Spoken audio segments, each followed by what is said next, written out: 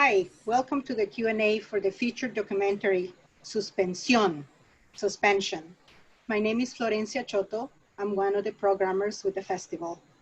And joining us today is Simón Uribe, the director of the film. Simón studied political science at the University of Colombia and has a PhD in regional planning and human geography from the London School of Economics and Political Science.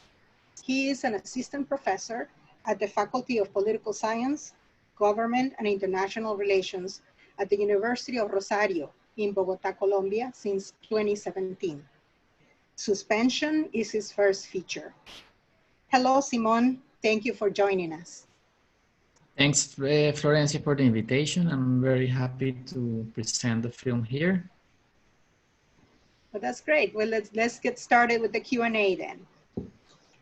How did you come to know about the San Francisco Mocoa Highway project, and what compelled you to make this the subject of your documentary? Well, I was back in 2010. I was doing a doctoral research in the Amazon. I was writing a dissertation on how this region was configured through infrastructure. I was interested in studying and exploring the way in which the state was present through built infrastructure, basically. And for me, the roads were an excuse to understand this process, which is long. It started in the 19th century and up to the present. And as you can see in the film, this landscape, which is actually it's called the Piedemonte or the Andean Amazon foothills. That's the place where the Andes and the Amazon meet. So it's a very complex landscape. It's a topography is difficult, its geography is very complex. And I was, something that was very difficult for me was to describe, to put this landscape into words as I was writing this thesis. So the idea of making a film came actually quite early. I think in 2012 or something. One of the ways in which I wrote was filming, filming this infrastructure, filming this landscape in order to be able to write later, to capture in image and sound some of the complexity of this place. So I had like some early footage that with time I started thinking about making a film.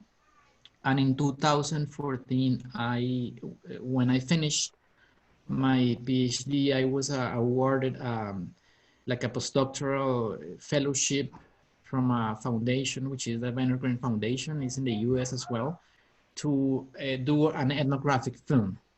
And that was when the project started in that particular time, and then we kept filming for a couple of years till 2019 when the film was finished. That kind of leads into my next question. So in terms of production, how long did it take to shoot the film? And aside from the terrain of the Amazon, what other obstacles did you encounter? So we started filming in 2015. That was when we started actually traveling, making we were a small crew, and we had all kinds of obstacles. Some of them which are part of making films, particularly documentaries where you don't actually know. I mean, the story is unfolding at the same time that you are doing it, so you don't know what is going to happen, what is going to be the end. And in this particular story, we faced many obstacles. One of them is that at the beginning we thought that this project, which is a road that links the Andes and the Amazon in the Putumayo in Colombia, was actually going to be built. This is a project that has been there for ages, for decades.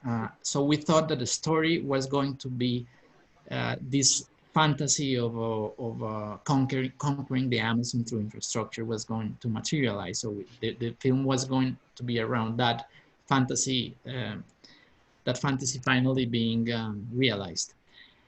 So we actually filmed part of it, but then we returned. We came back 6 months later, and everything was abandoned. The road was, no one was there. So we had to change our initial plan to start. We started following all the situations around, that gravitate around infrastructure. And that was one of the obstacles that in these projects you never know what's going to happen. Then is a tragic event, which is this massive torrential flash flood in 2017 that destroyed Mocoa, where in that event one of the characters of the film died in that event. So that was another, I wouldn't call it an obstacle, but that was a very difficult moment for the film that made us we had to change many things following that event. Yeah, another good lead for my next question, because the person that you just mentioned passed away is Guillermo Guerrero, the engineer that you feature in the film. And so my question is, how did you meet him? Yeah, so I met Guillermo in 2010 while I was doing my fieldwork for this doctoral research. And Guillermo became a very important character for my dissertation and a book that I published afterwards. Guillermo was someone who was from Makoa. He was born there. And he was also kind of a historian of the region, and he was very concerned, and he in many ways he embodied this idea that infrastructure would finally bring development to the Amazon, and it was something that we actually question in a different way through the film. But Guillermo was like a very, I wouldn't say that Guillermo is a character or a main character because we wanted the road and nature to be the main character of the film, but it's someone that allows us to tell the story. I mean, he's a kind of a voice that is present throughout the film. So I met him in 2010, and then when we started doing the film, he was eager to participate in the film because he thought that, as I told you, that this road was finally going to be built. So, and then you can see the process, and you can see Guillermo like standing on this bridge, wondering if this is actually something that is never going to happen. And then in 2017, Guillermo dies, and so we have to reshape part of the film. But at the end, I think that event that was tragic is also part of the larger history of suspension, which is the main theme of the film. Okay. In the film, Guillermo tells us that technology can conquer anything. So the highway, in his mind, can be built, but at what cost to the environment? Yeah, so as I said, Guillermo is important because Guillermo is important in two ways for the film. One is that he embodies this vision of infrastructure, which is a vision that has been highly criticized because we know that infrastructure is deeply connected with extractivism, with deforestation, with land dispossession. With infrastructure has been a state policy that has been highly damaging for the Amazon in many ways. But we wanted to look at this problem from a different perspective because Guillermo is also someone that is a local inhabitant from the Putumayo, and he's also kind of expresses or reflects the vision of local communities for which roads are something that has not yet arrived, because we actually when you actually see the environmental impacts of infrastructure, we do it from a point of view that is in many ways centered in places where this infrastructure they have been there for a long time. We don't even question the existence of roads.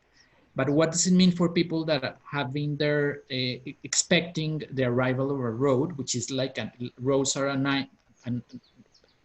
19th century achievement, but there are people today that are still waiting for the arrival of that modernity in roads. So the problem is much more complex because from my perspective, it is not, the question is not if infrastructure is good or bad, but what does what the story of infrastructure tells about people who inhabit these states of suspension, of being or inhabiting frontiers of history over the state, and they are kind of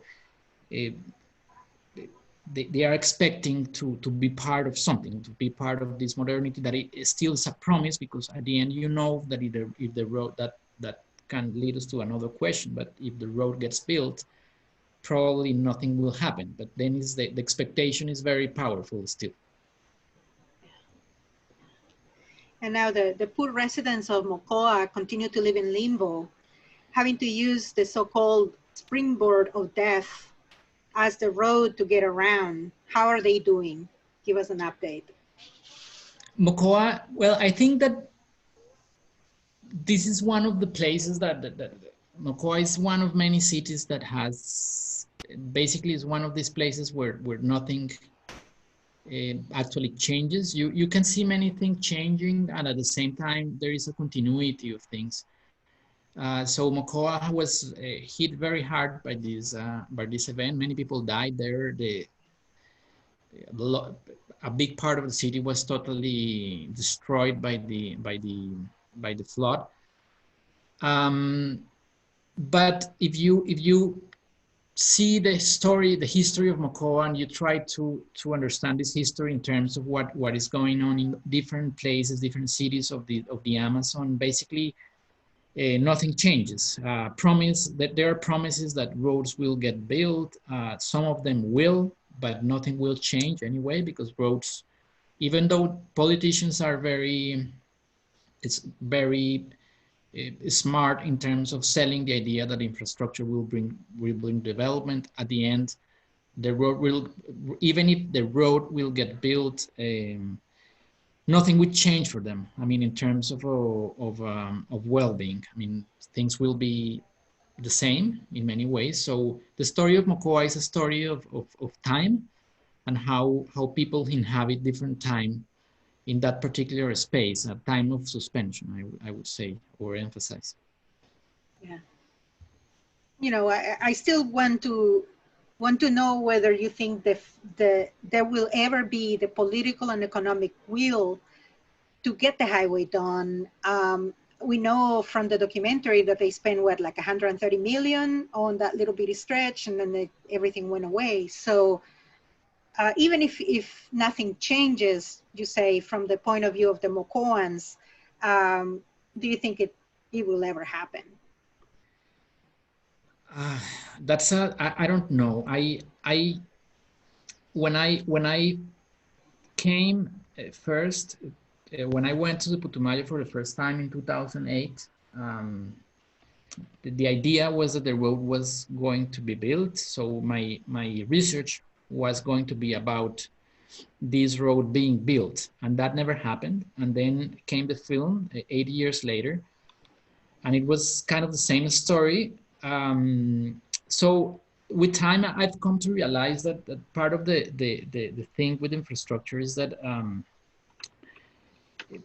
from a political point of view, the base of infrastructure is not that things get built, but things continue in the process of being built forever, because the promise that something is gonna happen is much more powerful than having the road built, because there will be a politician that will come and will say, I'm gonna be the one who will build the road, and that mobilizes symbolic resources, affective feelings of people, money as well for contracts, and there's another level which we don't actually address, but there's the level of corruption. But this idea that something is happening is very powerful, even more than the road being built. So I think that yeah, probably that road will be eventually built, although it's very difficult because the road is being abandoned for quite a long time. But at the same time, the feeling is that someone is gonna finally, there will be an illusion of this road being built. So yes, I don't know if that is actually an answer for your question, but yeah, that's something that it's more of a reflection of being there for a number of years that I come to realize that for many people it's more important the process of building that the infrastructure itself. And welcome, Joaquin. It's good to have you. Can you tell us what your role was in the film? I know you were a producer, but how involved were you with day-to-day? Hello, everyone. Sorry, I think I'm late. So I'll tell you a little bit about my role. I started this project with Simón like 7 years ago, and my role was to help him in the searching for funds and trying to create a plan in order to translate his research process to a documentary or cinematography language. So I also help Simón in the screenwriting of the film during the shooting and also during the editing process as well. You were very involved. And just to close it up, what are you working on right now in terms of your research, Simón? And can we expect another documentary from you? Well, I would like to, as Joaquin said, I became a cinematographer during the process of this film. I was not, and it was Joaquin and a bunch of people who actually joined this project. And that project was very important in my academic process as well, especially in the sense of realizing the importance of circulating knowledge in different ways. So this process was linked to my academic research, and I'm working nowadays in a second project, which is also about transport, and it's around air transport. I'm working on a documentary about the DC-3s, which are very old planes from the Second World War that were recycled into smaller companies worldwide after the war. And these planes were designed for war. They have been used for decades for civilian purposes, taking people and goods to places where you won't find roads, which is another part of the Amazon, because this film was about roads, about land. The second will be about the air and what happened when people actually will never get a road or are only connected through air. But this is only a form of travel that is on the verge of extinction, because these companies are family companies, and these planes are no longer allowed by the government because they are supposed to be very old. So the second documentary is around air, and I've been working in that project for a year or so. Yeah, so that would be a second project. Oh, that sounds fascinating. We look forward to watching it. So that is all the time we have for the Q&A. If you're watching this Q&A, it means that you've seen the film and you will be receiving a ballot. So please vote. Your vote counts. We're going to give an audience award. And on behalf of Cine Las Americas, I would like to thank Simón and Joaquin Uribe for their insightful documentary and for their time spent today on this Q&A. Thank you very much. Thank you, Florencia.